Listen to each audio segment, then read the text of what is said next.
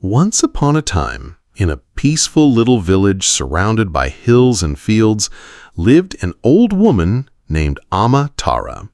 She was very old. Her hair was silver like moonlight, and her face was full of soft, kind wrinkles. But her eyes, oh, they sparkled with warmth and wisdom. Everyone in the village loved Tara. No matter how hard life got, she was always cheerful. She lived alone in a small mud house beside a giant banyan tree. Her husband had passed away long ago, and she had no children, but she never once complained. Every morning she would sit under the big banyan tree, greeting villagers with her glowing smile and gentle words. People said her presence brought peace to their hearts. In that village, life wasn't easy.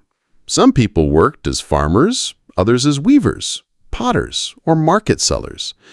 There were times when the rains didn't come and the crops failed. Sometimes sickness spread, and people couldn't earn enough to survive. Many felt lost and heavy with worry. One day, a young woman named Mina came to Tara, her eyes filled with tears. "My husband went to the city to find work," Mina cried. "It's been months. We've had no letter, no money. My children are hungry. I don't know what to do." Tara patted the space beside her. "Come, sit down, child," she said kindly. "Tell me, what do you think will happen?" Mina wiped her face. "I don't know. I keep thinking something terrible has happened. What if he can't find work? What if he forgets us?" Tara shook her head gently. "Ah, Mina," she said, "when we fill our minds with dark thoughts, the world feels darker.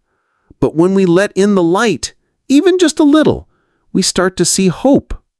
Let me tell you a story." Mina looked up, curious. "Long ago," Tara began, "there was a man who had lost everything. He had no home, no food, and no family. He sat by the river crying. An old woman passing by asked, 'Why are you crying?' The man said, 'I have nothing. How can I be happy?'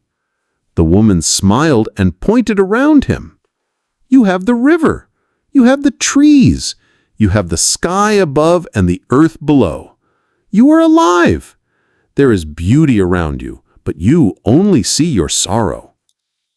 The man looked up and for the first time noticed the birds flying overhead, the soft breeze, and the sunlight dancing on the water. Slowly, his heart grew lighter.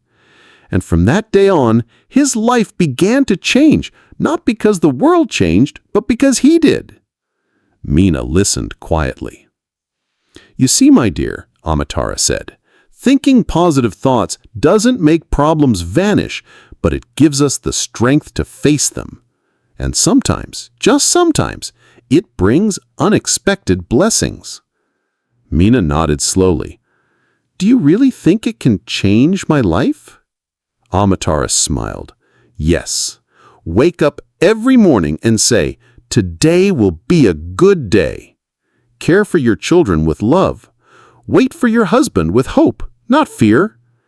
Even in the storm, the sun waits behind the clouds." From that day, Mina did just that. She woke up each morning, spoke kindly to herself, and did her best. Weeks later, a letter arrived from her husband. He had found a job in the city and was sending money home. Filled with joy, Mina rushed to Tara's house. "She wrote," she shouted. "He's okay. He's working and sending money." Tara just smiled. "You see, child, when we plant hope in our hearts, good things grow. Life will always bring problems, but with a strong heart, we can weather any storm."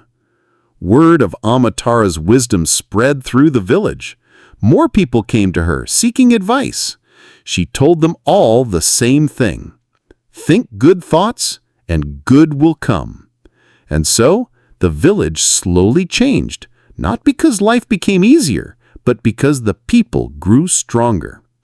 They faced each day with hope, just like Tara had always done under the great banyan tree.